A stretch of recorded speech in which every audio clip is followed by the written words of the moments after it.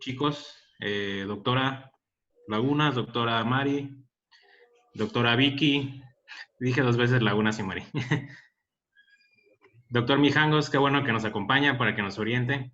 A ver si no digo una babosada, me corrija, no importa que me exponga ante mi CR1. ¿Qué tal está el audio? ¿Sí me oyen bien? Sí, perfecto. Bueno, pues vamos a comenzar. Hoy vamos a abordar un tema bien bonito en hematología y del que se parte para muchos otros diagnósticos diferenciales. Se trata nada más que de síndrome de falla medular y obviamente en el abordaje se tiene que integrar o descartar anemia plástica, que van a ver que puede tener muchas causas y entre ellas pues también se engloba la falla medular congénita y adquirida. Particularmente les digo, este es un tema muy bonito. En el R1 les puedo decir que nunca lo vi, pero llegando aquí a siglo XXI me tocaron algunos casos y me gustó bastante. Entonces ese es el motivo de que lo escogiera. Bueno, entonces, ¿qué entendemos por síndrome de falla medular? Es un grupo de entidades clínico-patológicas que comprenden la disminución en la producción de una o más de las líneas hematopoyéticas principales. Ya saben, la eritroide, la mieloide y la megacariocítica, como resultado de la ausencia o reducción de los precursores a nivel de la médula ósea. En este sentido, una manera muy fácil de clasificarla, pues es las causas congénitas y las causas adquiridas. Ahorita vamos a hablar de porcentajes y de principales etiologías. Indispensable para abordar esta clase, más adelante nos vamos a centrar en anemia plástica, pero indispensable pues saber cuáles son los síndromes constitucionales que pudieran llegar a causarla, porque tenemos grupos de edad que pudieran estar afectados por esto, y desde luego saber las adquiridas, porque como van a ver más adelante, este es un diagnóstico directamente exclusivo. Por mencionar algunos, en relación a los síndromes de falla medular congénita, que es con lo que vamos a mencionar. Estos son, pues, como su nombre lo dice, síndromes de falla medular, es decir, afectación en las líneas hematopoyéticas principales, derivado de mutaciones germinales directamente heredadas de los padres o de novo, que en el caso de las primeras, pues, siguen un patrón de herencia mendeliano, ya sea recesivas en su mayoría, aunque también las tenemos ligadas al X, pero también hay algunos casos, aunque en menor proporción, como pudiera ser la anemia de Diamond-Blackfan, que se pueden heredar con un patrón autosómico dominante. Aunque como les dije, la principal es el patrón recesivo, que se los pongo la imagen aquí en la imagen, en la esquina superior derecha. Es importante conocerlas porque constituyen 10 a 15% de las causas de falla medular. Sin embargo, hablando de población pediátrica o relativamente joven, al menos menor a 18, 16 años, pueden llegar a representar hasta 30% de las causas y desde luego es imperativo descartarlas para poder catalogar a nuestros pacientes en ese sentido. En relación a la falla medular congénita, haciendo el abordaje, 75% de los pacientes tienen un origen identificable, es decir, se pueden catalogar bajo anemia de Fanconi, diskeratosis congénita, anemia de Diamond-Blackfan, etc. Sin embargo, 25% no se llega a un diagnóstico etiológico preciso. Y bueno, es importante que sepan que estas tienen una presentación trifásica. Tradicionalmente, si un paciente se presentase con falla medular durante la primera infancia, de los 2 a los 5 años, podemos atribuir casi con los ojos vendados y obviamente tenemos que hacer un abordaje que este paciente pudiese o no tener una falla medular congénita. Después tenemos otro pico de presentación en la adultez temprana, de los 20 a los 25 años y mayores a 65 años. Obviamente, conforme van avanzando los grupos etarios, los mecanismos de presentación dejan de ser en menor proporción constitucionales y aquí entran en juego las causas secundarias o adquiridas, como pudiera ser la exposición a los distintos factores de riesgo que vamos a ver más adelante. Aquí les enumero brevemente cuáles son las principales causas que encontramos en cuanto a los síndromes constitucionales. No son los únicos, pero sí son los más frecuentes. De hecho, se los puse prácticamente en orden de importancia. La anemia de Fanconi es la que más se refiere a la literatura, con a lo mejor 5 casos por cada millón de personas. La disqueratosis congénita, que es un trastorno de los telómeros. El síndrome o la enfermedad de Shwachman-Diamond, la trombocitopenia megacariocítica congénita, un trastorno del receptor MPL en los agonistas del receptor de trombopoyetina, y la anemia de Diamond-Blackfan, que no son similares. Las últimas son ribosomopatías y tienen un espectro de superposición común que vamos a ilustrar enseguida. Aquí vemos esta imagen en donde hay una superposición sindrómica entre los distintos síndromes de falla medular constitucionales. Principalmente al centro vemos las ribosomopatías, la anemia de Diamond-Blackfan, el síndrome de Shwachman-Diamond y la disqueratosis congénita ligadas al X. Son enfermedades caracterizadas por alteración en la génesis del ribosoma que tienen afectación a nivel mitocondrial y que por supuesto en un momento dado pudieran alterar la celularidad normal y la hematopoiesis efectiva. Estos, pues característicamente la manera de identificarlos, al menos en cuanto a hematológicamente hablando, es por los clásicos síndromes hematológicos, bien pudiera ser anemia, neutropenia y o trombocitopenia, o incluso las tres. Cada una de estas va a tener una frecuencia diferente. Esto pues obviamente es derivado de la falla medular por una alteración en la hematopoiesis efectiva. Lo importante de esto, aparte de estas manifestaciones hematológicas y que de hecho es el puente para poder sospecharlas y hacer el abordaje, es que tienen manifestaciones extramedulares. Principalmente las relacionamos en los libros, en las clases de pediatría, en la clínica, porque tienen manifestaciones físicas que nos llaman la atención. Por mencionar algunas, talla baja, manchas de café con leche, distrofia de uñas, alteraciones en mucosas, alteraciones en extremidades, pero también pueden haber otro tipo de afectaciones, como pudiera ser la insuficiencia pancreática exocrina, fibrosis pulmonar, entre otras. Y obviamente este tipo de enfermedades, no todas, tienen tendencia a tanto la clonalidad a nivel medular en relación a la generación de síndromes mielodisplásicos y leucemia mieloide aguda, y también a la generación de carcinomas de células escamosas y de sarcomas de tejidos blandos. Precisamente a partir de estos puntos es que generalmente se parte para hacer un abordaje de este tipo de patologías. Así pues, no es objetivo de la clase que sean expertos en los síndromes constitucionales. Las manifestaciones pueden ser amplias y hay una N cantidad de manifestaciones clínicas que ustedes pueden encontrar en la práctica clínica. Aquí les enumero un cuadro en donde ustedes pueden ver que pues comparten algunas en común, sin embargo, hay unas que se acentúan más.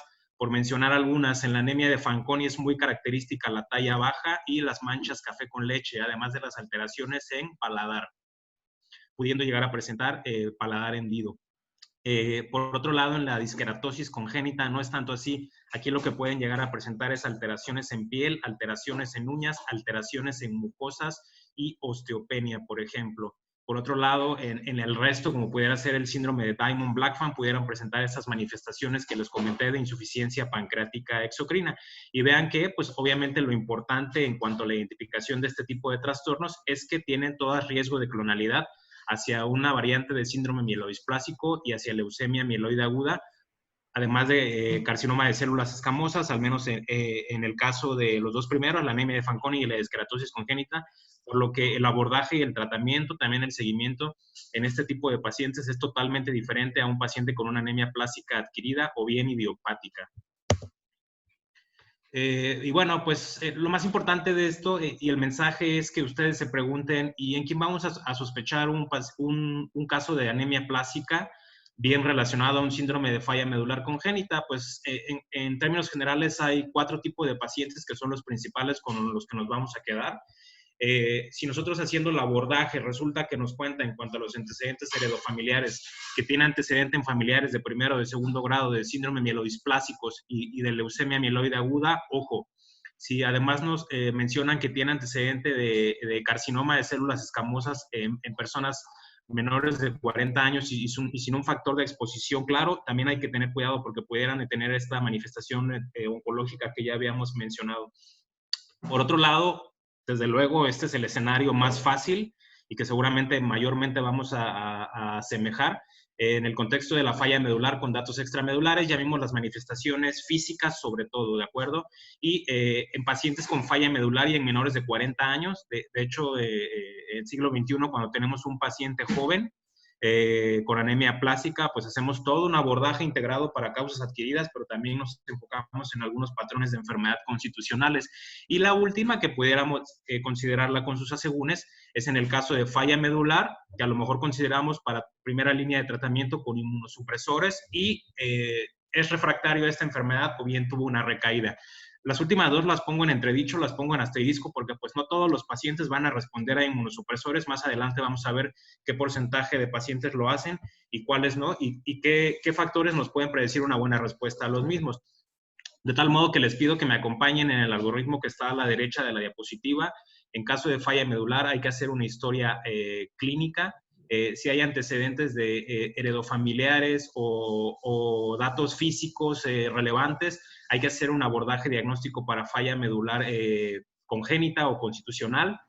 Si resultara, si no fuera así y catalogamos al paciente como que probablemente sea adquirida o idiopática y resulta que no respondiera al tratamiento, también pudiera ser. Y bueno, en caso de que consideremos que el paciente sí pudiera ser candidato a un síndrome constitucional, pues hay algunos test, como el test de bandeamiento cromosómico para las anormalidades genéticas que se encuentran en la anemia de Fanconi, y la medición o el test de la medición de los telómeros para el caso de las enfermedades por los telómeros, como es la disqueratosis congénita.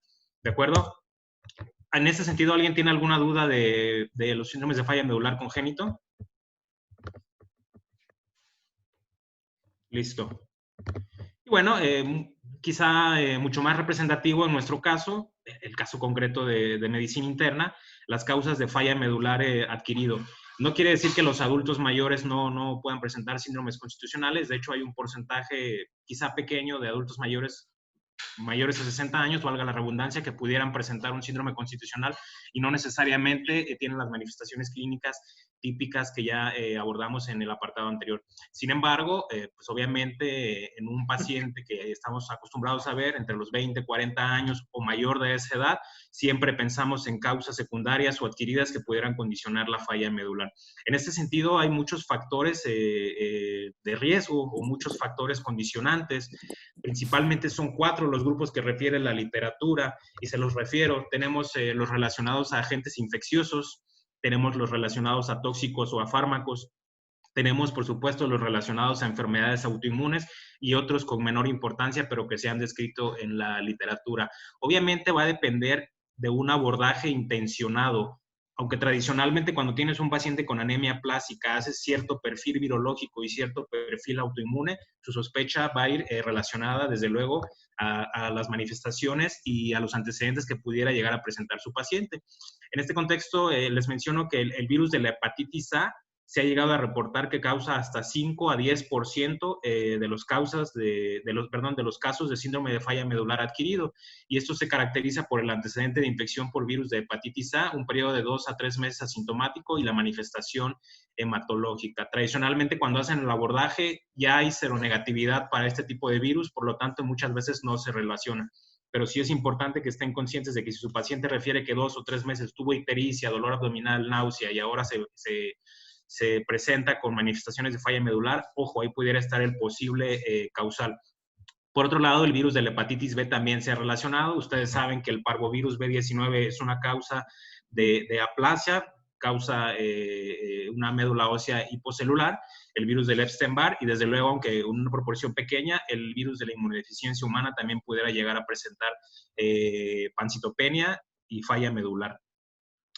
Por otro lado, es importante considerar el antecedente de exposición a tóxicos y fármacos. En este sentido, el agente que tradicionalmente se ha reportado en la literatura como el tóxico por excelencia que puede causar falla medular es el benceno.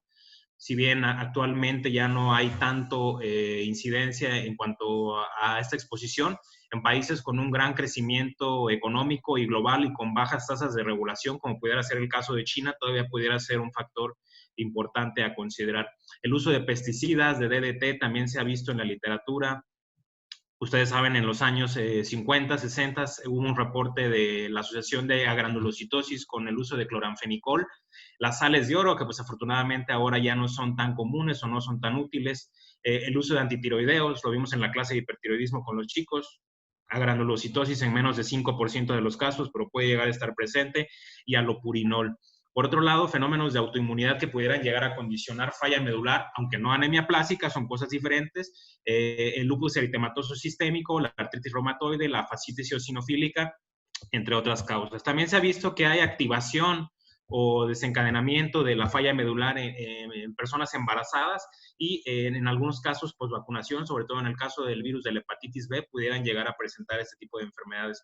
Por eso es importante que pacientes que usan inmunológicos como la inmunoglobulina, la globulina antitimocito, tengan precaución y de hecho se consideran que están proscritos para vacunarse a posteriori. Como pueden ver, las causas del síndrome de falla medular adquirido, se los puse arriba, representan 5 a 10% de los casos.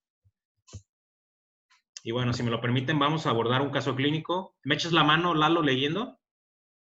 ¿O Edu? Ya te tuteé. No, no hay problema. Es un hombre de 25 años de edad. Se presenta a urgencias con 2 semanas con aparición de equimosis en extremidades. Hace unas semanas se agregó palidez referida y cansancio generalizado, sensación de palpitaciones y mareo ocasional. Refiere es la primera vez que le ha sucedido. El paciente no tiene antecedente de enfermedades crónicas, uso de medicamentos en los 3 meses, no recuerda exposición a mielotóxicos. Consume alcohol desde hace 5 años de manera ocasional, niega antecedentes transfusionales. Adicionalmente niega trastornos hereditarios u hemato-oncológicos en su familia. Clínicamente se encuentra con signos vitales estable, pálido, no hay linfadenopatías o visceromegalia. Únicamente impresiona con equimosis en ambos brazos y piernas, neurológico íntegro. En la analítica, con hemoglobina de 6.7, hematócrito de 25, leucocitos de 0.6, neutrófilos de 0.49, plaquetas de 19.000, reticulocitos absolutos de 0.02, lactato deshidrogenasa de 150, bilirrubina total de 1, función renal y hepática conservada, frotis de sangre periférico con pancitopenia, macrocitosis sin fragmentos eritrocitarios. Basado en lo anterior. Gracias, Eduardo. Si quieres, yo leo la pregunta y tú me dices qué consideras de respuesta. Basado en la anterior, ¿qué exámenes de laboratorio y o gabinete solicitaría en su abordaje? Pues yo le pediría la B, niveles de B12, B9, panel viral, serología para VIH y el perfil autoinmune. Excelente. Yo sé que probablemente no tenga relación, pero la A, ¿por qué no la pedirías? La A, porque no hay elevación de lactato deshidrogenasa ni de bilirrubina. Para ti no está hemolizando. No, para mí no está hemolizando. Excelente. La C, pues probablemente no esté en contexto, ¿no? No, Sobre no todo parece porque una tiene afectación de ferropenia. las 3 líneas celulares, ¿no? Ajá. Y la última, pues parecía del abordaje de un linfoma, ¿no? Que también pareciera que no va por ahí. Entonces, sí, efectivamente, la B es la correcta, niveles de B12, B9, panel viral, serología para virus de... alguien comentó, la A son datos de anemia hemolítica. Gracias, Sara. Serología para HIV y perfil autoinmune, pues porque como ya vimos, hay que hacer un abordaje de exclusión, ¿no? De descarte. Gracias, Eduardo. Sí. A ver, ¿quién más está por ahí para participar, muchachos? Misael, ¿tú casi no participas?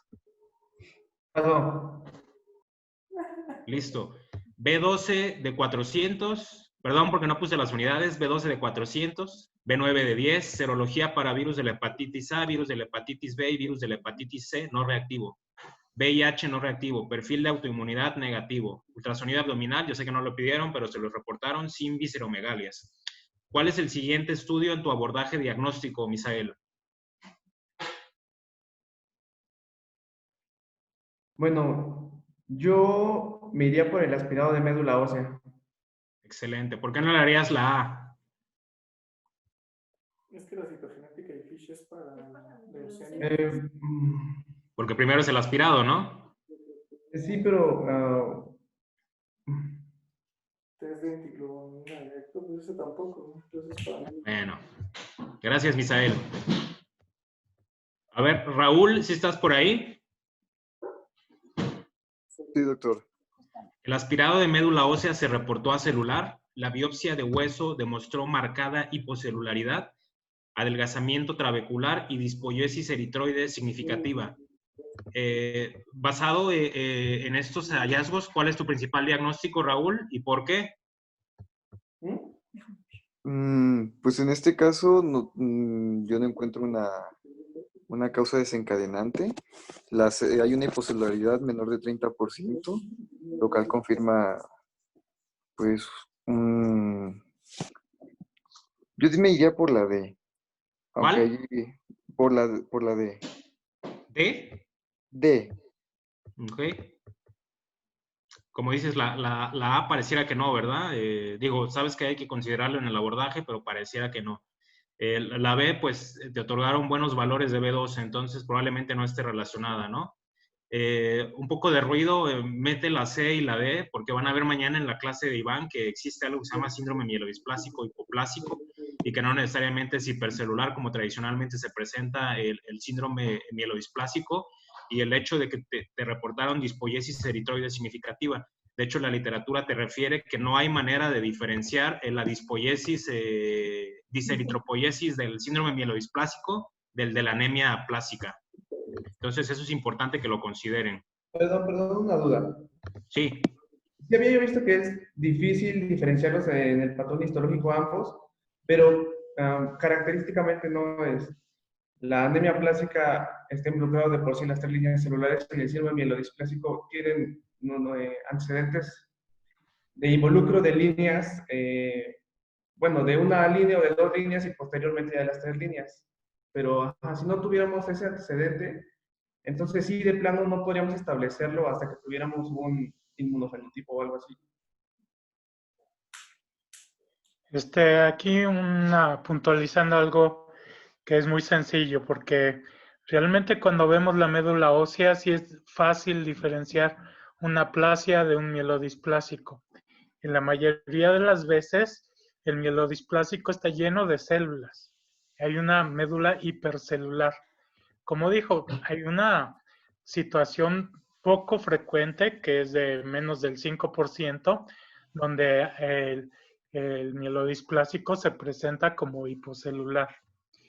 Entonces, básicamente es fácil determinar los criterios de una médula ósea, de una anemia plástica diferenciada. Que podríamos agregar estudios citogenéticos que lo comprueben y algunas otras manifestaciones, ¿no? Pero básicamente no es tan difícil hacer esta diferenciación. ¿Sí? Gracias, doctor. No, ¿de qué? En relación a la pregunta, Misael, creo que las dos pueden manifestarse con afectación en las tres líneas celulares. Entonces, pues entonces que tengas presente que las tres pudieran ser. A lo mejor el diagnóstico diferencial sería con estudios adicionales, como dijo el doctor, citogenética, FISH, y pues obviamente ver el porcentaje de dispoiesis, más de 10%, acuérdate, es SMD, mañana lo vamos a ver. Gracias. Bueno, por ahí, a ver, alguien de las niñas que no han participado. ¿Estás disponible, Steph? Fanny. Sí. ¿Cuál es el tratamiento de primera línea para su paciente y sería el trasplante de médula ósea? Ok, Bueno, ¿por qué consideras que es trasplante, Fanny? Porque es un paciente... bueno. Pues que ese es definitivo. No dije que estés mal, pero dime por qué trasplante.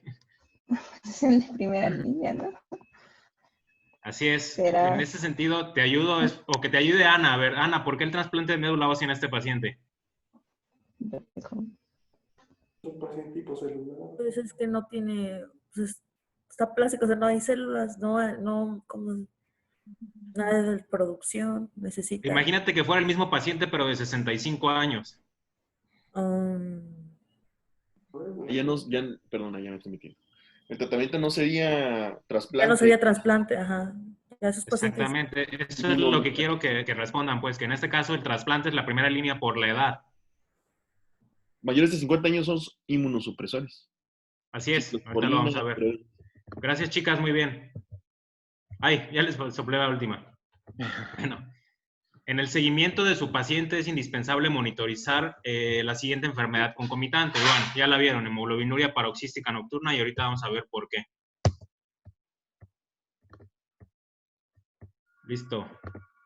Vámonos recio con la clase. Entonces, ¿qué es la anemia plástica? Pues es un trastorno hematológico raro que puede o no comprometer la vida, que afecta a pacientes de todas las edades, y ella es derivado de la destrucción linfocitaria de los precursores hematopoyéticos, obviamente en la médula ósea. Breve introducción de los síndromes de falla medular. Obviamente la anemia plástica está involucrada dentro del abordaje y se considera dentro del grupo de la falla medular. Como ven aquí, les pongo en esta viñeta tipo emoji, pues las 3 líneas celulares que se pueden llegar a afectar: el eritrocito, el leucocito y las plaquetas, en relación a pues, los precursores eritroides, mieloides y megacariocíticos.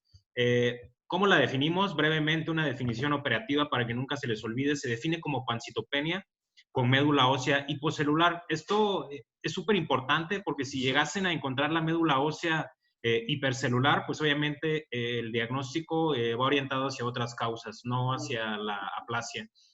Obviamente, como le dije, es un diagnóstico de descarte, por lo tanto debe ser en ausencia de un infiltrado anormal. En este sentido me refiero probablemente a la mieloptisis, ya sea por una neoplasia hematológica o por un tumor sólido que pudiera estar condicionando la pancitopenia, o fibrosis medular. No es característico encontrarla y de hecho nos podría llegar a hablar de diagnósticos diferenciales. Básicamente, pancitopenia y médula ósea hipocelular. Ya vimos, hay causas adquiridas y causas congénitas. Hagan su micrófono, chicos. Epidemiológicamente hablamos, sabemos que es un trastorno raro, es un trastorno infrecuente.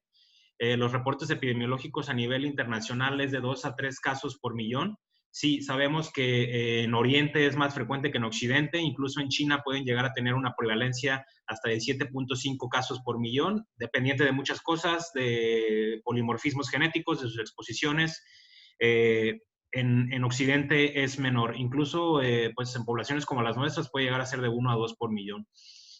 80% de las causas de anemia plástica son idiopáticas, es decir, a pesar de hacer un abordaje extensivo, no encuentran una causa identificable. Y importante es que esta puede llegar a presentar una distribución bifásica. Tradicionalmente la vemos en un primer pico de incidencia entre los 10 a 25 años de edad. Y, por supuesto, llama nuestra atención porque aquí debemos descartar algo constitucional. Y en adultos mayores, personas mayores a 60 años, que desde luego tiene implicaciones diagnóstico-terapéuticas diferentes. Hablando de las causas de la anemia plástica, como ya les comenté, 80% de las causas son idiopáticas. Sin embargo, en una menor proporción podemos llegar a identificar un factor condicionante. Mencionamos ya el benceno, que en poblaciones como Tailandia, en el norte de Tailandia, en Concaén, se ha demostrado un riesgo relativo de hasta 3.5 en el caso de la exposición al benceno. El uso de los organofosforados, la exposición ocupacional al DDT, a carbamatos, que tradicionalmente los encontramos en pesticidas. El paraquat pudiera ser otro agente industrial que pudiera estar involucrado. También sabemos que hay causas relacionadas a fármacos, aunque es infrecuente. Ya mencionamos la relación que tiene con el cloranfenicol. A su derecha pueden ver el alopurinol, la indometacina, las sales de oro, entre otras, hasta el metimazol, que vean pues el porcentaje de casos en esta serie barcelonesca fue poco significativa, pero que sí se ha llegado a presentar. En el caso de la hepatitis A, ya se los mencioné, 5 a 10% de las causas de anemia hemolítica secundaria son relacionadas a hepatitis A. Y por último, no quiere decir que sea un factor causal, pero sí está involucrado. La presencia de la enfermedad que vimos ayer en la clase del R2, la hemoglobinuria paroxística nocturna, hasta 50% de los casos pueden llegar a presentar clonas de esta enfermedad. Siempre es importante descartar causas secundarias para poder catalogarla como una anemia plástica idiopática. Aquí les pongo el artículo original, el reporte de caso de hematotoxicidad en trabajadores expuestos a niveles de benceno. Este reporte es del 2004, sin embargo, ya había algo en la literatura desde los 90s, en 96, 98. Este es el reporte original de 1951 del cloranfenicol y su relación con la anemia plástica. Actualmente, pues esto ha disminuido mucho. Sabemos que el cloranfenicol, pues, es muy raro que lo lleguemos a utilizar en la actualidad, si acaso en preparaciones oftálmicas. Sin embargo, en países subdesarrollados, todavía más subdesarrollados que nosotros, pues todavía pudiera ser un fármaco de acceso común porque es barato y porque es bastante accesible. Aunque actualmente sabemos que su relación con la anemia plástica pues es menor. Y finalmente aquí les pongo el compilado de las causas de anemia aplástica. Vean ustedes cómo pudiera estar relacionados con autoinmunidad, con químicos, como ya vimos, con fármacos, con causas constitucionales, con idiopaticidad, infecciones, entre otras cosas. Pues también se habla de que la exposición a quimioterapia y radioterapia pudiera condicionar anemia plástica, pero más bien esto condiciona falla medular por efecto tóxico directo, no anemia plástica. Para que lo consideren y recuerden que 80% de las causas pues más bien están relacionadas a mecanismos no conocidos. Hablando de su patogenia, para que nosotros podamos tener supresión medular, podemos partir de 3 puntos diferentes. Primero, drogas y tóxicos que pudieran condicionar daño medular directo, como pudiera ser la radiación, la quimioterapia o incluso algunos fármacos que pudieran destruir directamente los efectores celulares a nivel medular. La destrucción inmune, 80% de los causas de anemia plástica son idiopáticas y se piensa que son inmunomediadas, y esto no es casualidad. Principalmente se piensa esto porque cuando le damos tratamiento inmunosupresor a un paciente tiende a mejorar. La relación que tiene la anemia plástica con algunas enfermedades autoinmunes, como la fascitis eosinofílica, como el timoma autoinmunitario, y que si tú administras células de personas con anemia plástica in vitro a ratas, van a condicionar una respuesta efectora con falla medular. Y como ya vimos, los síndromes constitucionales que por alteraciones en proteínas de mantenimiento de telómeros o proteínas reparadoras del DNA pueden condicionar en un momento dado hematopoiesis ineficaz. Finalmente, la supresión medular, ya sea por cualquiera de estos mecanismos, nos va a llevar a 3 cosas: a citopenias, a hipocelularidad, pero aparte por un mecanismo de escape clonal nos puede llevar, además de las citopenias, a clonalidad y evolución posterior a síndrome mielodisplásico y leucemia mieloide aguda. En este esquema del New England Journal of Medicine, lo que quiero es ejemplificar la relación que tienen los distintos síndromes constitucionales en cuanto a la generación de anemia plástica, y esto a través de los mecanismos de escape clonal pueden generar en un momento dado síndromes mielodisplásicos y leucemia mieloide aguda. Es importante que los consideren porque todos están superpuestos e interrelacionados. Enseguida les pongo nuevamente un gráfico del New England. Es un diagrama de Venn. En el eje de las Y vemos la relación que tienen los efectores inmunitarios. En este sentido, se sabe que la inmunidad mediada por células B es condicionante de la destrucción celular a nivel periférico, a nivel intravascular, como puede ser el caso de la anemia hemolítica autoinmune que vimos ayer con Sara, el caso de la trombocitopenia inmune, la neutropenia autoinmune. Todas estas son mayormente B mediadas. Y en el caso de la falla medular o la destrucción de los progenitores hematopoieticos, son inmunomediadas a través de efectores T. Lo que pasa en la anemia plástica, o lo que se ha demostrado, es que hay una activación disregulada de células T a nivel medular que condiciona producción de citocinas proinflamatorias, como pudiera ser el interferón gamma y el factor de necrosis tumoral alfa, que además condiciona apoptosis, y que hay menor cantidad de células T reguladoras, por lo tanto hay destrucción de progenitores a nivel medular y una hematopoiesis ineficaz. Bueno, finalmente, todos estos tipos de mecanismos nos pueden llevar a anemia plástica, pero además hay una disregulación en la clonalidad. Clonalidad significa que una célula progenitora puede generar una estirpe celular determinada. Clonalidad no significa que sea malo. De hecho, una célula que tiene clonalidad puede generar pues células buenas, como son las células eritrocitarias, los leucocitos, las plaquetas, pero también a través de mecanismos de escape de clona puede generar células tumorales, como puede ser en el caso de síndrome mielodisplásico y leucemia mieloide aguda. ¿Alguna duda con este diagrama, chicos? Bueno, gracias. Y entrando en materia, pues, ¿cómo se manifiesta la anemia plástica? Pues es muy fácil saberlo.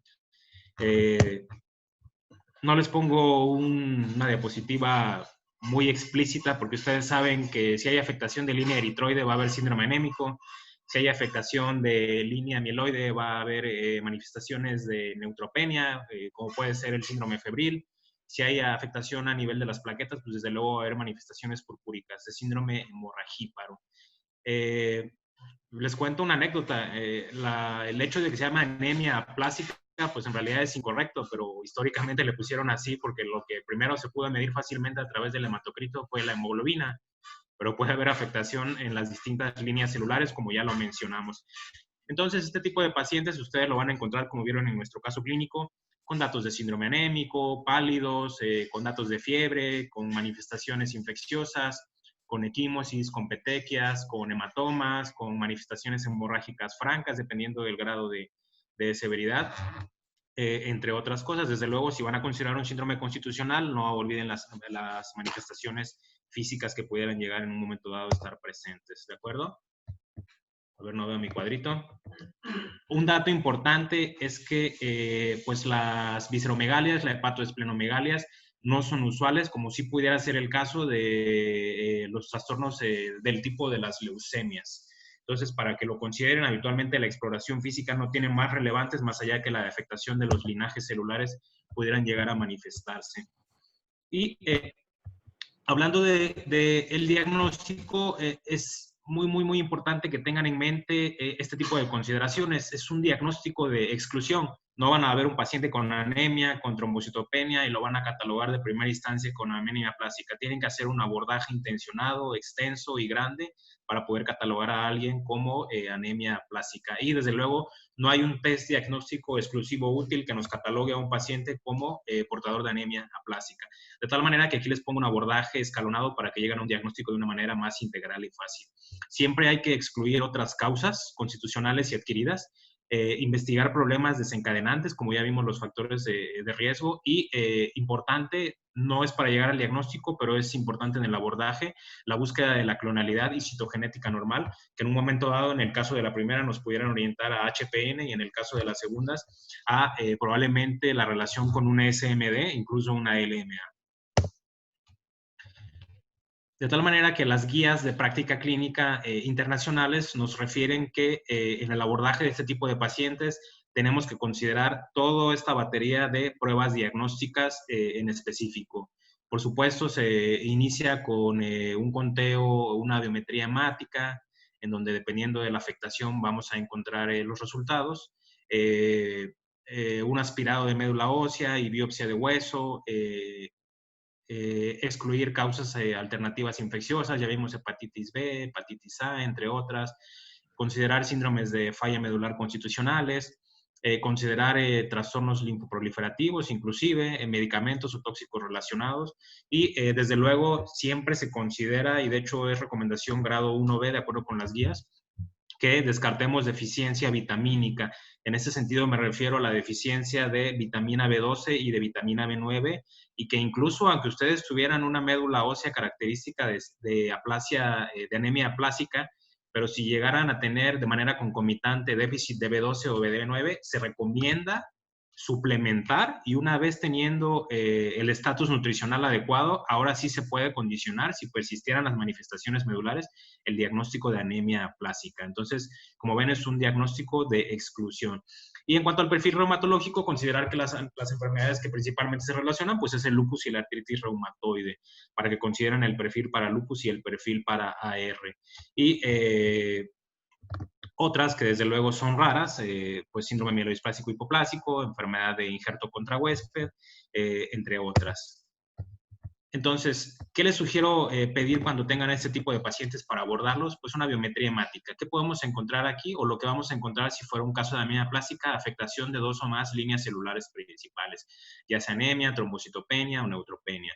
En el perfil metabólico y demás, pues, tradicionalmente no hay un dato característico de la anemia plástica que nos oriente, Sin embargo, aquí podemos llegar a encontrar datos de hemólisis. Recuerden que 50% de los casos pueden llegar a tener cierta afectación y en relación a la hemoglobinuria paroxística nocturna. Como vimos ayer con Sara, es una causa de hemólisis no inmunomediada intravascular, de tal modo que pueden tener elevación de LDH, de bilirrubina indirecta y de aptoglobina inclusive. Además, si ustedes consideran causas secundarias, pues valdría la pena considerar función renal y función hepática, sobre todo si lo que quisieran descartar son microangiopatías.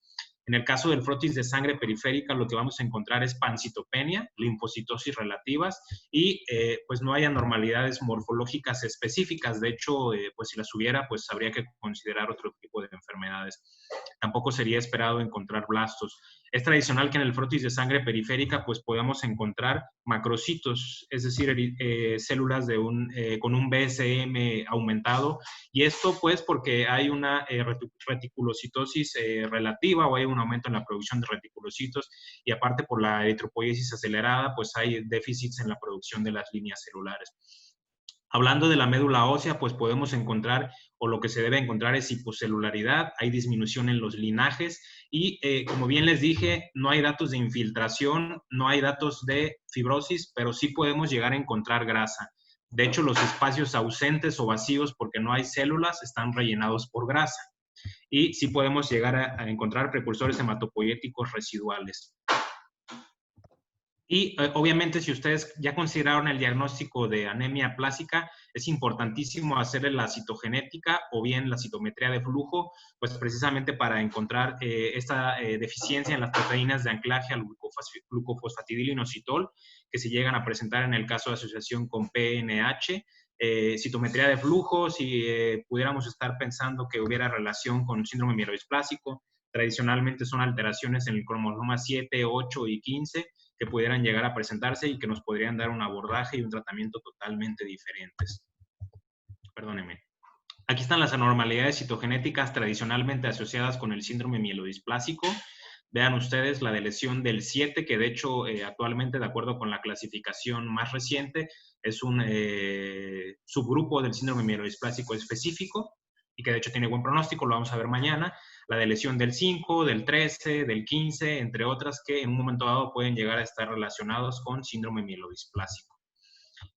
En la imagen de la izquierda vemos un frotis de sangre periférica. Vean ustedes, pues realmente no hay algún hallazgo específico o particular.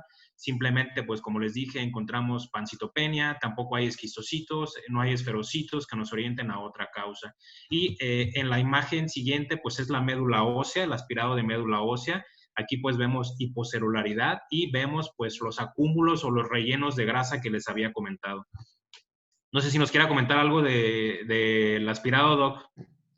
Sí, claro. De los estudios que dices de la biometría es importante pedirla con reticulocitos. Así es. Porque nos va a decir que es una alteración en la producción de la sangre.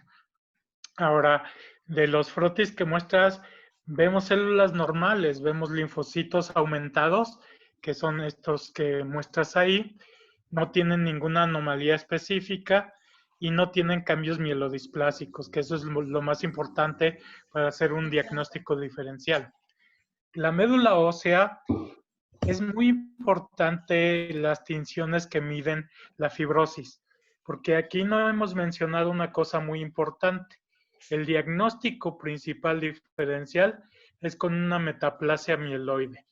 Decir que cuando es una metaplasia mieloide y no va a pegar un trasplante, y cuando es una anemia plástica y el mejor éxito está hecho con un trasplante.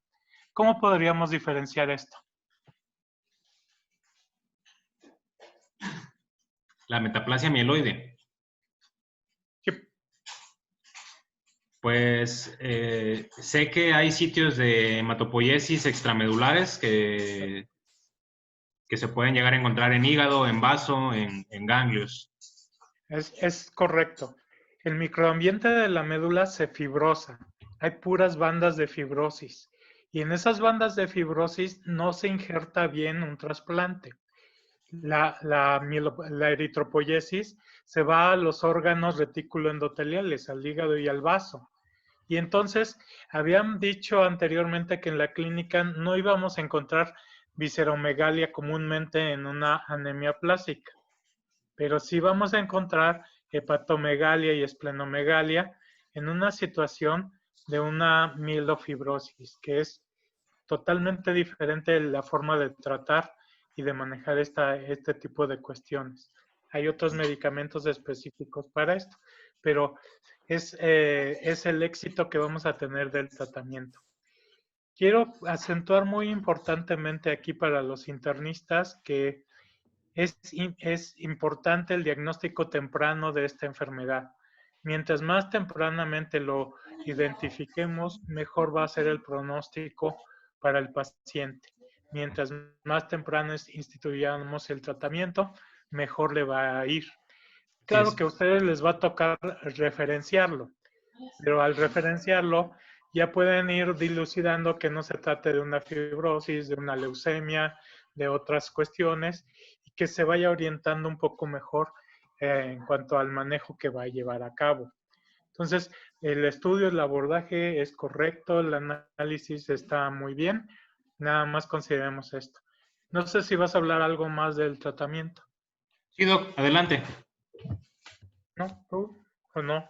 ¿Ya acabó? No, ¿cómo cree? Ah, bueno, pues síguele y ahorita vemos. Grosso modo, y este sí es, si no para memorizar, sí para reflexionar, porque es como vamos a integrar, obviamente, el diagnóstico de acuerdo con las guías internacionales. Pues como les dije, se caracteriza por pancitopenia e hipocelularidad. En el primer caso, pues tenemos que documentar anemia, tradicionalmente con hemoglobina por debajo de 10 miligramos sobre decilitro, conteo absoluto de neutrófilos menor a 1.5 por 10 a la 9, es decir, valores de neutropenia, y conteo periférico de plaquetas menor a 50 por 10 a la 9. Recuerden que tienen que estar al menos afectación en 2 líneas celulares, ¿de acuerdo? Si tuvieran en una, no podemos hacer el diagnóstico, probablemente sea una expresión temprana, pero sí tienen que considerar que son 2. Y hablando propiamente de la médula ósea, pues es súper importante aquí que hagamos el estudio de la médula ósea, pues tiene que ser hipocelular. Esta tiene que tener una celularidad menor al 30% y, como ya comentó el doctor, sin datos de infiltración maligna y o fibrosis. Entonces, si ustedes ya hicieron su diagnóstico de una anemia plásica idiopática, pues lo correspondiente sería hacer la graduación o la evaluación de la severidad. Estos todos lo conocen, vienen en todos los libros de hematología, los criterios de Kamita. Los originales son del 75, en un 88 se modificaron, ahora son los criterios de Kamita modificados. Tenemos desde el espectro de la anemia plástica no severa hasta la severa y la muy severa. En el caso de la anemia plástica severa, pues se integra a través de una celularidad de la médula ósea menor a 25% o bien de 25 a 50%, pero con menos del 30% de células hematopoyéticas residuales y 2 de 3 de los siguientes. Vean cómo aquí cambia, para el diagnóstico es menos de 1.5, para severidades, neutrófilos menos de 0.5, plaquetas menos de 20 y, ojo, no es hemoglobina para estadificar, es conteo de reticulocitos absoluto, menos de 20 por 10 a la 9, ¿de acuerdo? Y en el caso de anemia aplásica muy severa, pues son los mismos criterios en cuanto a la celularidad y en cuanto a las plaquetas y al conteo reticulocitario, pero con neutrófilos menor a 200, es decir, menor a 0.2 por 10 a la 9. Y en el caso de la anemia plástica no severa, pues son pacientes que no cumplen con los criterios hematológicos arriba descritos, pero sí tienen hipocelularidad medular. Entonces, ¿te acuerdas del caso, Leonardo? ¿El de nosotros qué era? No me acuerdo de los valores, o sea, de cuánto tenía cada uno. A ver, lo checamos, ¿no? Para sacarnos de la duda. Si mal no recuerdo, era severo.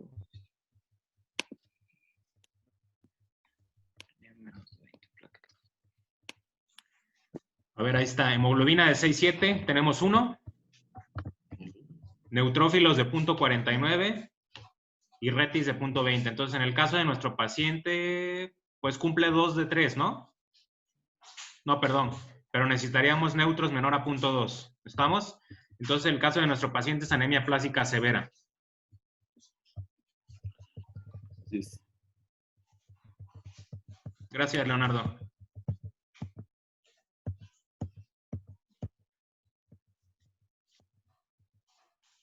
Y pues ahora sí, entrando en materia, pues ¿de qué nos sirve diagnosticarlo y estadificarlo? Pues a darle tratamiento, ¿no? Como dijo el doctor, el tratamiento temprano es mejor que en otros casos. Aquí les pongo finalmente el algoritmo de diagnóstico. Ya saben que a los internistas nos encantan los algoritmos. Sospecha de anemia plástica, evaluación inicial. Ya vimos toda la batería de laboratorios que tenemos que realizar. Si en un momento dado concluimos que tiene pancitopenia con una médula ósea hipocelular, pues hay que excluir causas alternativas, como les menciono en la derecha. De lo contrario, estamos ante un caso de anemia plástica adquirida idiopática. De ahí sigue la estratificación en cuanto a la severidad, no severa, severa o muy severa, y posteriormente podemos dar tratamiento. Ojo, seguramente ustedes pues atinan o se imaginan esto, pues en lo que pasa esto, el paciente está anémico, probablemente está insuficiente, esté chocado, está infectado, está sangrando, desde luego hay que dar tratamiento de soporte, ¿de acuerdo? Tal manera que ustedes no retrasen una intervención terapéutica curativa con tal de llegar a un diagnóstico en este sentido. Y ahora sí, hablando del tratamiento, y ya para finalizar, pues el tratamiento, pues lo vamos a orientar en dos estrategias, el tratamiento de soporte y el tratamiento dirigido. Súper importante que lo primero que hagamos es el de soporte, porque como ya vieron, es lo que vamos a hacer durante el abordaje. En este sentido, pues nos vamos a orientar en las manifestaciones específicas que pudiera tener el paciente. Si fuera el caso de que tuviera o no anemia, generalmente se considera que no hay ninguna meta específica, es, como dijimos ayer, va a depender aquí de la clínica, pero hay algunas bibliografías que sí te dicen que una meta de 7 miligramos sobre decilitro es la recomendada. Si nosotros estamos ante la sospecha de un paciente con aplasia medular o si ya lo diagnosticamos, pues lo ideal es exponerlo menos a hemotransfusiones porque sabemos que esto nos puede generar aloanticuerpos y después puede condicionar la efectividad de nuestro trasplante de médula ósea. Pero sabemos que muchas veces esto no es posible de tal manera que tenemos que buscar la transfusión de concentrados eritrocitarios bien inmunofenotipados, bien irradiados para limitar la respuesta inmune. ¿De acuerdo? En el caso de la trombocitopenia, las manifestaciones hemorragíparas, pues hoy por hoy sabemos que un paciente con un valor de plaquetas menor de 10 por 10 a la 9, pues tiene riesgo de sangrado espontáneo, incluso sangrado severo. Entonces, este se considera el punto de corte para transfusión de plaquetas.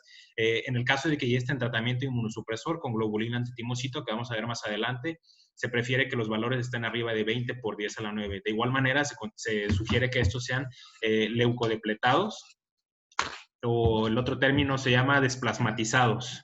¿De acuerdo?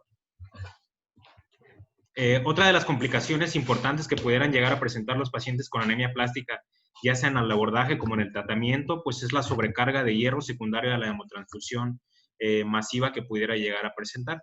Tradicionalmente se recomienda que la quelación de hierro inicie a partir de cargas transfusionales mayores a 200 mililitros kilogramo o con un hierro hepático mayor a 7 miligramos por gramo de peso seco.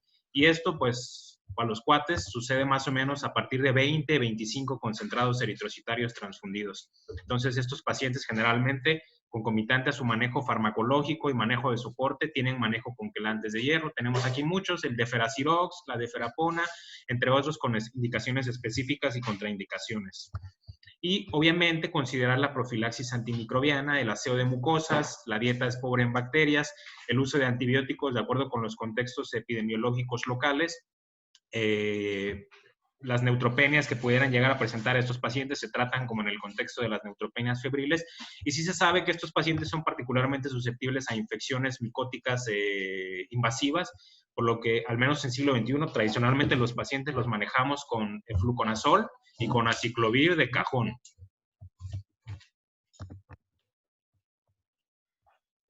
Y pues hablando del tratamiento dirigido, pues este tratamiento, como vimos al principio, va a depender de 4 factores: de la severidad de la anemia plástica de nuestro paciente, del grupo de edad en el que se encuentre, de la disponibilidad o no de un donador HLA idéntico o relacionado pues con gran compatibilidad, y desde luego del estatus funcional y de la comorbilidad. En el caso de la primera, hay pacientes incluso con anemia plástica no severa que podemos seguir con una estrategia de vigilar y seguir. Aunque pues no es una regla, no es una norma, y tradicionalmente los pacientes con anemia plástica no severa de igual forma se tratan. generalmente se tratan con tratamiento inmunosupresor, y en el caso de anemia plástica severa o muy severa, pues todos llevan tratamiento.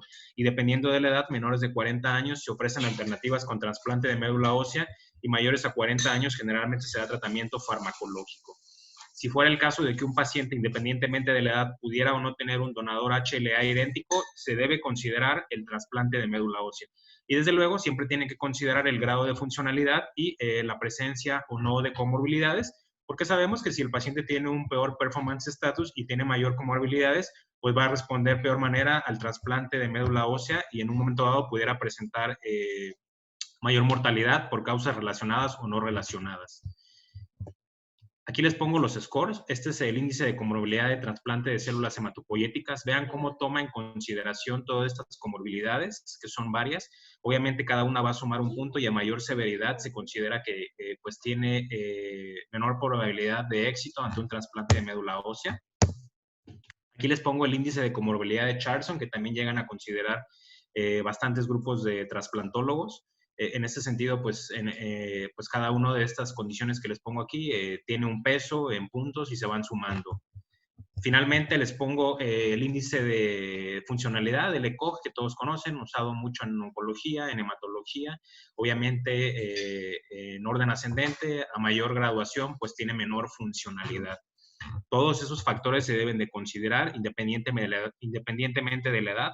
Puede haber pacientes jóvenes que tienen muy mal funcionalidad o que tienen enfermedades crónicas. Puede haber, desde luego, pacientes adultos mayores que son relativamente sanos en cuanto a comórbidos. Y obviamente consideren también el hecho de que puedan o no tener un síndrome constitucional. No es lo mismo trasplantar a un paciente con anemia de Fanconi que trasplantar a un paciente con anemia plástica idiopática. Y desde luego tiene que haber un abordaje más intencionado. Esto es para que lo conozcan.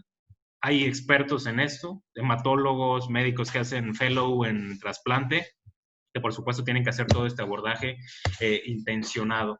De tal manera que las opciones o alternativas terapéuticas que tenemos en el caso de la anemia plástica idiopática son tres. El trasplante de médula ósea, que tradicionalmente y actualmente hay tres. El trasplante de médula ósea de un donador HLA idéntico. Pues esto generalmente son los hermanos, ¿no? Trasplante HLA compatible, pueden o no ser familia o pueden ser un donador no emparentado, pero que tenga una compatibilidad de 8 de 10 o de 9 de 10. Y muy en boga desde hace unos 15 años el trasplante de progenitores de cordón umbilical. Tenemos la inmunosupresión, hay dos líneas de tratamiento, o son dos los principales fármacos que se usan, que es la globulina antitimocito y la ciclosporina. Tenemos inmunosupresores de segunda línea con menor efectividad, pero que se pueden llegar a considerar.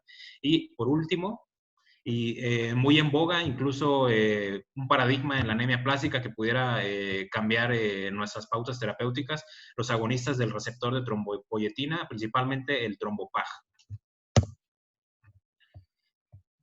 Hablando del tratamiento inmunosupresor, se considera que los pacientes candidatos a tratamiento inmunosupresor son los que le enumero en la parte superior derecha.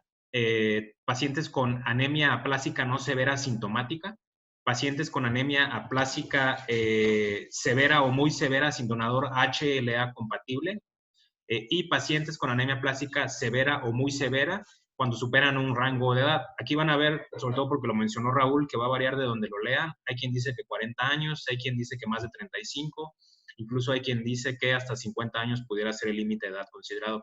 Como les dije, esto pues va a depender de la funcionalidad y de los comórbidos. Los regímenes de tratamiento actuales descritos en la literatura engloban dos inmunosupresores en conjunto, que es la globulina antitimocito, que es un depletor de linfocitos T, y la ciclosporina, ¿de acuerdo? Ya conocida porque se usa en muchas enfermedades autoinmunitarias. Se ha visto, pues, en los distintos estudios que el conjunto de estos dos fármacos conlleva un mejor resultado a corto, a largo plazo y en cuanto a sobrevida, que utilizarlos de manera aislada o utilizarlos de manera monofarmacológica. Pues es la terapéutica inmunosupresora de primera línea. Desde luego, considerar en el uso de estos dos fármacos que son inmunosupresores durante el tratamiento, la profilaxis antimicrobiana y el uso de esteroides. Siempre es bien importante que tengan precaución en más de 60 años, porque si bien no son candidatos a trasplante de médula ósea, pues también pueden ser susceptibles mayormente a efectos adversos de estos fármacos. Los resultados de esta línea de tratamiento, la combinación de estos dos fármacos, a 6 meses tienen una tasa de respuesta de 70%, con una sobrevida a 5 años de 56 a 92%, dependiendo de la edad, 56% los mayores a 60 años, 92% los menores a 20 años. Sin embargo, pues no es una respuesta totalmente libre de fallas, no es una respuesta garantizada, hasta 35% de los pacientes que tuvieron respuesta van a recaer, y el riesgo que asocia el uso de este tipo de inmunosupresores, principalmente la globulina antitimocito, es el riesgo de clonalidad y progresión a malignidad, como puede ser el SMD y la LMA. Precaución importante con los efectos adversos de la globulina antitimocito. Tiene efectos adversos tempranos, como pueden ver en el cuadro inferior izquierdo. La fiebre, la hipo o la hipertensión, más raros la anafilaxis, el edema agudo de pulmón y el síndrome de distrés respiratorio del adulto, y efectos tardíos como puede ser la enfermedad del suero. Por ello, pues es importante que cuando nosotros utilizamos globulina antitimocito en el manejo inmunosupresor del paciente, el uso sea exclusivamente intrahospitalario. ¿Por qué? Porque es un fármaco inmunosupresor que tiene efectos adversos, pero además porque su administración se prefiere por un catéter venoso central, un catéter grueso, porque puede producir o puede condicionar esclerosis de las venas periféricas. Aparte, mientras se utiliza, debe estar en manejo esteroideo para prevenir precisamente enfermedad del suero y con soporte antimicrobiano de amplio espectro. Ustedes que les gusta poner los precios, se los pongo aquí. La globulina antitimocito cuesta $6,094 cada frasco. La dosis puede ser alta, es de 40 miligramos kilo día, y se administra en 4 días seguidos, aparte de que la infusión dura de 12 a 18 horas. Entonces, pues realmente la globulina antitimocito es muy caro y en el instituto no lo tenemos. Entonces, muchos pacientes que son candidatos a tratamiento inmunosupresor andan mendigando y pues predicando ahí por a ver quién les dona, a ver qué protocolo los incluye en la globulina antitimocito, porque en el Instituto Mexicano del Seguro Social no lo tenemos. Y hay ciertos factores predictores de respuesta a la globulina antitimocito. Es más esperado que personas jóvenes respondan, que personas que tienen enfermedad menos severa, es decir, no severa, los que tienen un conteo de reticulocitos absoluto mayor a 25, el hallazgo de anormalidades cromosómicas como la trisomía del 18 o de lesión del 13 predice mejor respuesta a globulina antitimocito, y algo muy interesante y que se documentó no hace mucho, que la presencia de clonas de hemoglobinuria paroxística nocturna también pudiera predecir mayor respuesta a la globulina antitimocito. Entonces, para que lo consideren, recuerden, esto es de uso exclusivamente intrahospitalaria por las implicaciones que tiene. ¿Alguien comenta en el chat? Timoglobulina de conejo. Ah, no sabía, Edu. Pero nosotros tuvimos apenas un paciente y no había, entonces, pues esa era la bronca, que andaba viendo dónde lo conseguía. Sé que en el Instituto Nacional de Pediatría sí hay. Sí, y bueno, y a veces el seguro ha tenido. Yo conozco colegas que dicen haberlo manejado, inclusive ahí en el centro médico y en la raza. Antes de que cambiemos a esta, pues les cuento cómo se utiliza la globulina antitimocito. Los primeros 4 días se administra la globulina antitimocito con uso concomitante de metilprednisolona, y cuando termina la administración de la globulina antitimocito y el esteroide se administra la ciclosporina. La ciclosporina se puede llegar a administrar hasta 1 o 2 años para mantener respuestas hematológicas sostenidas. La ciclosporina se puede administrar en ambulatorio, es una tableta, ¿de acuerdo? Tenemos otros tratamientos inmunosupresores de segunda línea. Estos pues son generalmente recomendados de uso por expertos, como puede ser el anti-CD52, el letrozumab, que puede, como ustedes pueden ver en este cuadro, tiene una respuesta en hasta 35 a 55% de los pacientes. El uso del ácido micofenólico, el uso de ciclofosfamida, que pues también pues, debe ser de administración intrahospitalaria, con los consecuentes efectos adversos que este pudiera tener, que como dije, tienen respuestas hematológicas hasta en un menos de 50% de los casos, y desde luego no están exentos de complicaciones, por lo que se sugiere que su uso sea por expertos en anemia aplásica, o al menos así lo consigna la literatura internacional. Otro de los brazos de tratamiento, como ya comentamos, es el trasplante de médula ósea. Esto se consideran candidatos con una indicación 1B, pacientes con anemia aplásica severa o muy severa con donador HLA idéntico, donador HLA compatible, y pacientes con anemia aplásica severa o muy severa con donador relacionado o compatible, siempre y cuando hayan tenido fármaco a inmunosupresor inicial. Muchas veces lo que pasa con estos pacientes es que pues no tienen un donador HLA idéntico, ninguno de sus hermanos o familiares pues es compatible y entran a un protocolo de búsqueda de donador relacionado, HLA relacionado, y mientras están en eso pues obviamente no pueden vivir del tratamiento de soporte, hay que darles tratamiento inmunosupresor. Se les da tratamiento inmunosupresor, como ya se los he descrito, se evalúa respuesta a 3 a 6 meses, ven si hay refractariedad o recaída, si la hubiera ya se considera candidato a trasplante de médula ósea, siempre y cuando obviamente en este tiempo haya habido pues el éxito de lograr encontrar este tipo de donadores. Ya vimos que son 3, HLA idéntico, HLA compatible y donador alternativo. En este sentido, pues estoy hablando de los progenitores de cordón umbilical.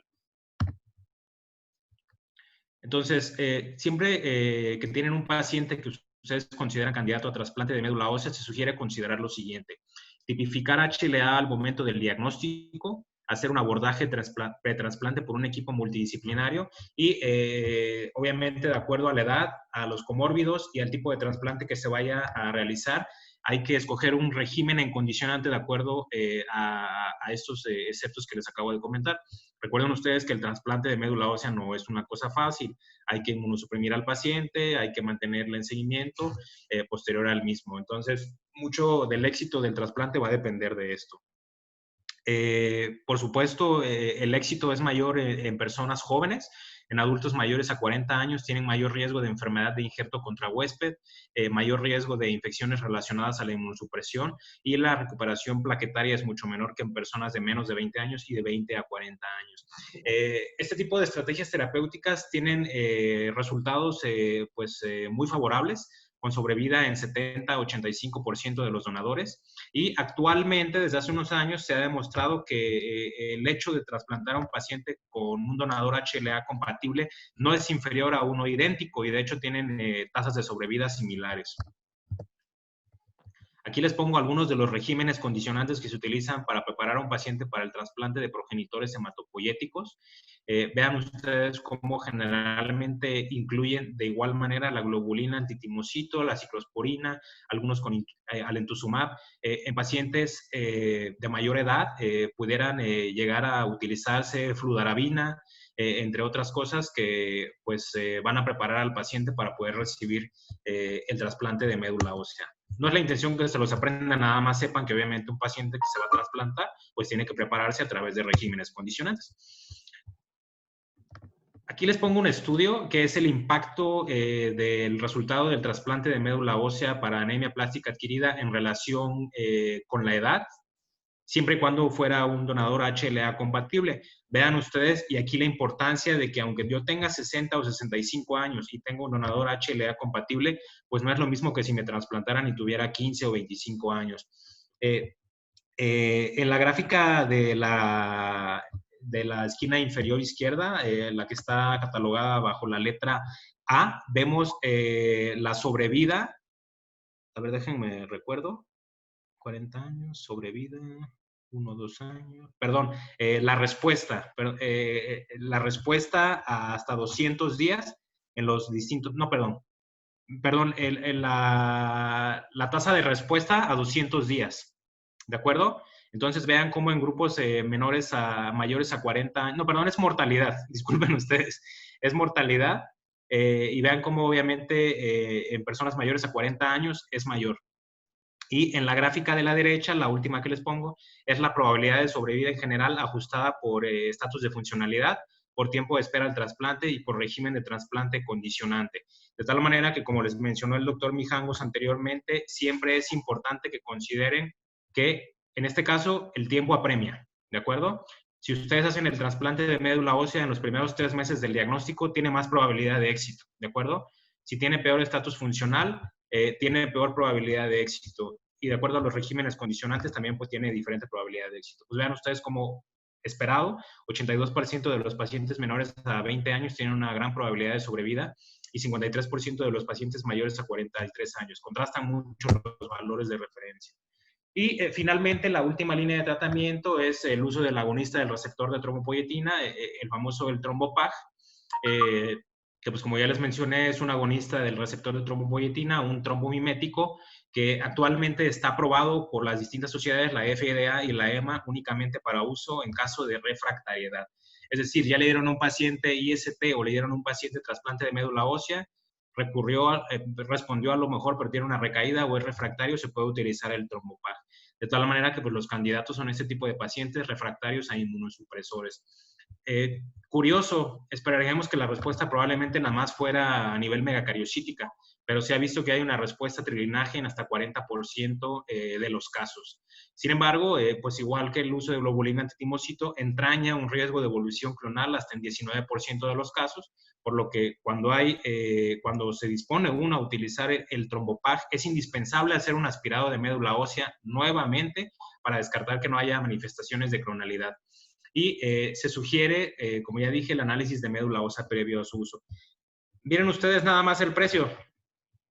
Revolade, el trombopag de 50 miligramos, una caja con 28 tabletas, 24,433. Creo que la dosis aquí, si no mal recuerdo, es de 40 miligramos, kilo de peso. No, perdón, 100 miligramos, kilo peso. Entonces también se dan bastantes tabletas al día para los pacientes.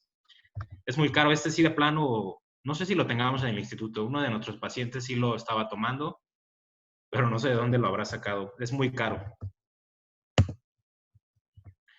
Vean ustedes, si bien el trombopag está aprobado para refractariedad en el caso de la anemia plástica, ya hay estudios, este es del 2017, en que se ha añadido el trombopag al régimen inmunosupresor estándar inicial para la anemia plástica y donde pues se ha demostrado que el dar globulina antitimocito, ciclosporina y el trombopag tiene una mejor tasa de respuesta completa, parcial y en promedio en los distintos grupos de tratamiento. Aquí se evaluaron 3 brazos de tratamiento. En el brazo 1 se dio globulina antitimocito y ciclosporina más el trombopag del día 4 a los 3 meses. En la cohorte 2 se agregó el trombopag el día 1 a los 3 meses y en la cohorte 3 se evaluó el trombopag del día 1 a los 6 meses. Los resultados arrojan que el trombopag pues sí mejora las respuestas completas, vean ustedes. A 6 meses tiene una respuesta completa de 58%, parcial de 35% y respuesta en general de 94%. Y el mejor grupo que se comportó o el grupo que tuvo mejor respuesta fue el que utilizó el trombopag del día 1 de tratamiento hasta los 6 meses. Se preguntarán por qué hicieron esta comparativa, porque al dar el trombopag y globulina antitimocito, pues tenían miedo de que el riesgo de clonalidad aumentara y pues este tipo de pacientes pudieran en un momento dado llegar a presentar síndrome mielodisplásico o leucemia mieloide aguda. Sin embargo, pues en su cohorte se documentó que solo el 8% de los pacientes presentaron esto, muy similar a lo que estamos habitualmente acostumbrados a ver en cuanto al uso en monoterapia de ambos. Vean ustedes, respuesta a 6 meses de hasta 94%, histórico en relación al 66% de la ciclosporina con la globulina antitimocito. Entonces, pues, estamos pendientes, estamos a la expectativa, a la espera de 3 estudios pues que se vislumbran muy padres, muy bonitos y que seguramente nos darán muchos resultados. En este primero que les pongo nada más combinan el trombopag como ciclosporina como primera línea de tratamiento, precisamente queriendo limitar la globulina antitimocito por los efectos adversos que este tiene y el riesgo de clonalidad. En este segundo se combina globulina antitimocito y ciclosporina versus globulina antitimocito, ciclosporina más el trombopag para ver cuál pudiera en un momento llegado presentar mejor respuesta. Y finalmente, en el último, se evalúa la eficacia y la seguridad del trombopag y ciclosporina en pacientes con anemia plástica moderada, ya no solo en severa y no severa como era el caso de los anteriores. Estos estudios se plantean que sean de 5 a 7 años, son de 2017 y 2018, estamos a la expectativa de los resultados. Probablemente la terapéutica en cuanto a la anemia plástica pueda cambiar durante los siguientes años. Y bueno, pues, ¿qué hacemos en el caso de refractariedad o recaída? Porque como ya vimos, 35% de los pacientes que responden a inmunosupresor van a recaer y no todos los trasplantados con médula ósea responden. Pues la primera línea de tratamiento en caso de refractariedad o recaída, pues es ciclosporina en monoterapia o bien ciclosporina con globulina antitimocito, pero ahora no equina, sino de conejo. Se puede considerar desde luego si estuvo en tratamiento inicial con inmunosupresor el trasplante de médula ósea. Y finalmente, pues como ya vimos, refractariedad, el trombopag. Pero esto va a cambiar, se va a incluir posteriormente de primera línea. Estos pues tienen respuesta en 60 a 68% de los pacientes. Vean ustedes que todavía hay un 30% de pacientes que se nos escapan y de plano no responden y tienen que estar en manejo con inmunosupresores de segunda línea. Incluso hay alternativas como el anti-CD52, el alemtuzumab, andrógenos, el danazol, la ciclofosfamida, que sabemos que pueden llegar a tener respuesta solo en 50-55% de los casos. Importante, consideren que no todos los pacientes van a responder, solo 33 a 35% de los pacientes recaen y 35% son refractarios desde el inicio. Un reto terapéutico muy importante. Y pues pobres pacientes, porque se la pasan hospitalizados, dependientes de transfusión siempre y desarrollan complicaciones como puede ser la hemosiderosis, la hemocromatosis secundaria. Finalmente, cuando utilizamos este tipo de tratamientos, ¿qué es lo que evaluamos? Pues evaluamos respuestas hematológicas, evaluamos respuestas periféricas. Estas se sugiere que se evalúen en 3 a 6 meses, no antes, porque los estudios han demostrado que las respuestas se presentan hasta este momento. En el caso de la anemia plástica severa y muy severa, para considerar una respuesta hematológica completa debemos de tener una hemoglobina normal, un conteo absoluto de neutrófilos mayor a 1.5 por 10 a la 9 y plaquetario mayor a 150 por 10 a la 9. También hay respuestas parciales, que es cuando no llega a cumplir criterios de anemia plástica severa. Recuerden, neutros más de 0.5, hemoglobina más de 10, plaquetas más de 20 y que es transfusión independiente, es decir, que ya no necesita estarse hospitalizando para transfundirse de manera constante. Esto lo podemos considerar como una respuesta parcial y de cierto modo, dependiendo de la severidad del paciente, pues puede llegar a ser bueno para él. Y no hay respuesta o ninguna cuando sigue cumpliendo con criterios para anemia plástica severa. Y en el caso de la anemia plástica no severa, que probablemente sean los pacientes que estaremos manejando como ambulatorios en mayor medida, es el lograr una hemoglobina normal, un conteo de neutrófilos más de 1.5 por 10 a la 9 y un conteo plaquetario más de 150 por 10 a la 9. Es decir, es lo mismo, ¿no? Es lo mismo que la anemia plástica severa. Y en el caso de parciales, cuando se logra que sean independientes de transfusión, hay normalización en un lineaje o hay dobla las cifras de al menos una de las líneas eritroides, mieloides o megacariocíticas afectadas, hay mejoría en la basal y cuando debutaron con hemoglobina menor de 30, cuando hay mejoría, o sea, hay hemoglobina más de 30, con neutrófilos más de 0.5 y plaquetas más de 20. Y ninguna, pues ninguna de las anteriores, o bien la biometría hemática empeora. Entonces, acuérdense que la respuesta se va a medir a los 3 a 6 meses y pues con una analítica sencilla, ¿de acuerdo? Tradicionalmente es que el paciente pues tenga valores en sangre normales para que no se les olvide. Finalmente, les pongo aquí el algoritmo de tratamiento. Es muy importante que lo consideren. Este particularmente es de el grupo de trabajo de anemia plástica severa de los trasplantólogos de médula ósea europea, que nos mencionan en la guía británica. Partimos desde un punto en particular, que es la edad menor a 35 años o menor a 40 años. Sabemos que este paciente es candidato a trasplante de médula ósea sí o sí. Entre 35 y 50 años pudiera llegar a considerarse candidato siempre y cuando tuviera compatibilidad HLA y siempre y cuando tuviera un estatus de funcionalidad y de comorbilidad aceptable. Mayor a 50 años, pues no se consideran candidatos a primera línea para trasplante de médula ósea, precisamente porque este tipo de pacientes asocian mayor riesgo de enfermedad de injerto contra huésped, tanto aguda como crónica, y de complicaciones no relacionadas al trasplante. Si hubiera un donador idéntico, compatible HLA, no hay de otra, hay que transfundirlo. Si no fuera y es niño, hay que darle prioridad a encontrar un donador relacionado. Ya vimos con una compatibilidad o una concordancia 8 de 10 o 9 de 10. Si no fuera así, siempre hay que dar tratamiento inmunosupresor inicial, evaluar respuestas. Si no lo hubiera, es prioritario. Pues hacer una búsqueda intencionada del donador HLA compatible. Y esta es la última diapositiva, muchachos. Ahora sí, recuerden que hasta 50% de los pacientes tienen alguna relación con clonas de hemoglobinuria paroxística nocturna.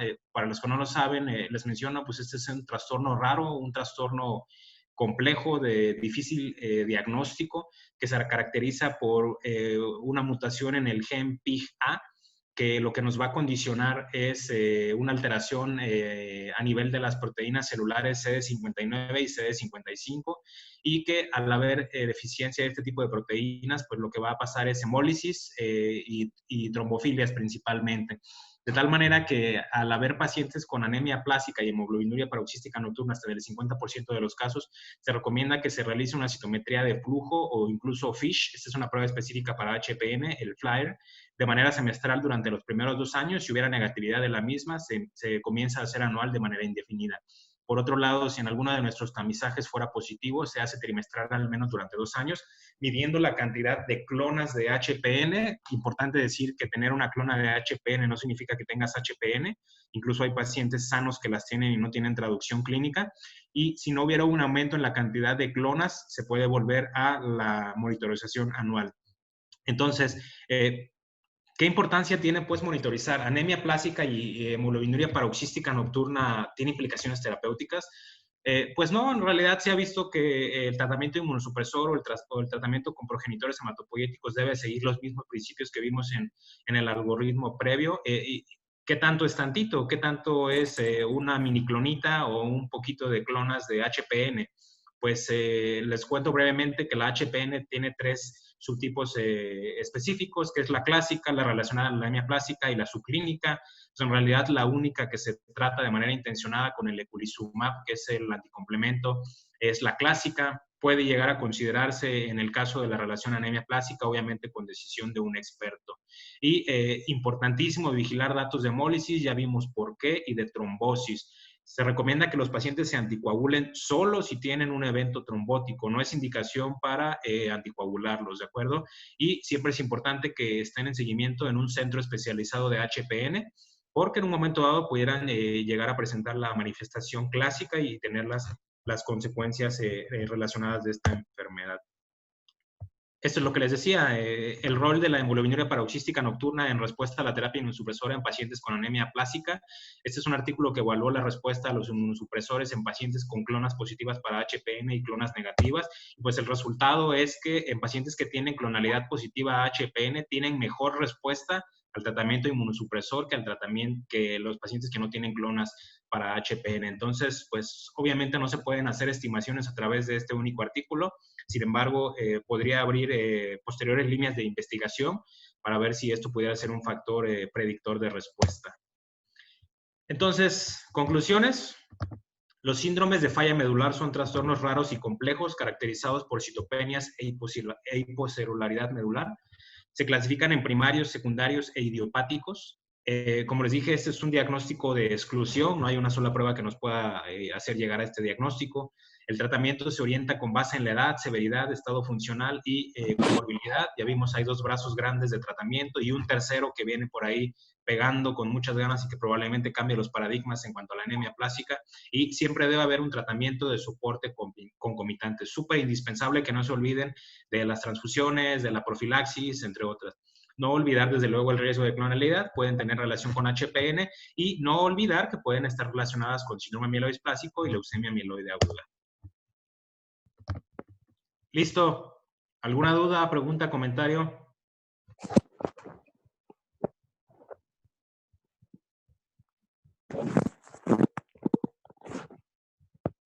Nada, ya salieron expertos en este tema.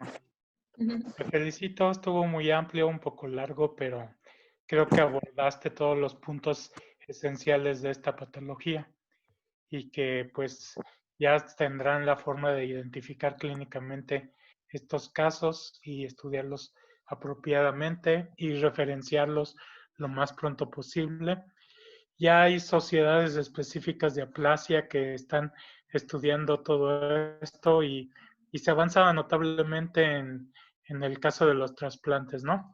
Yo creo que ahora el haploidéntico, donde no requiere ser totalmente compatible, sirve para que tenga una solución el paciente y que los nuevos medicamentos que están surgiendo, inmunosupresores, también son alternativas interesantes para esto.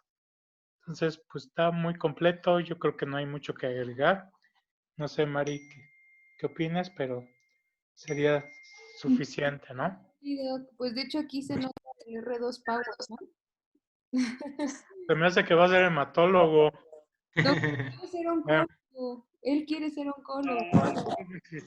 Hemato-oncólogo, doctora. Doctor, dígale, enséñale el camino del bien. Llevan 3 años de mato y una pizquita de 1 año de onco, porque pues eso es fácil. 5 FU para todo y listo. Y Pero sí, ya hay campos muy específicos dentro del hemato que son muy interesantes, como lo son el trasplante y todo esto, ¿no? claro. Sí. Sí, pues de hecho ya es un poquillo tarde, pero digo, yo sé que no es como tal tu obligación, sino lo haces porque te gusta y pues siempre se agradece. Creo que tus R1 estarán orgullosos de tener una red de que ya ni está con nosotros, pues sigue aquí con nosotros, ¿no? Igual Susi, igual Fer, que estuvieron aquí hoy, Marisol, gracias a todos por estar con nosotros y pues al doctor Mijangos, que el toque de la experiencia, ¿no? Sí, Ahora, pero me dio mucho gusto. Importante. Gracias por acompañarnos, Doc. Gracias a ustedes. y bueno, pues Vicky no se va a poder tener su micro, pero pues nos vemos mañana. Y pues gracias a todos por acompañarnos hoy, para mañana estar listos para el siguiente tema. Gracias. Gracias, buenas noches. Gracias. Descansen. Gracias, chicos. Bye, Buenas bye. noches, Doc. Gracias. Bye.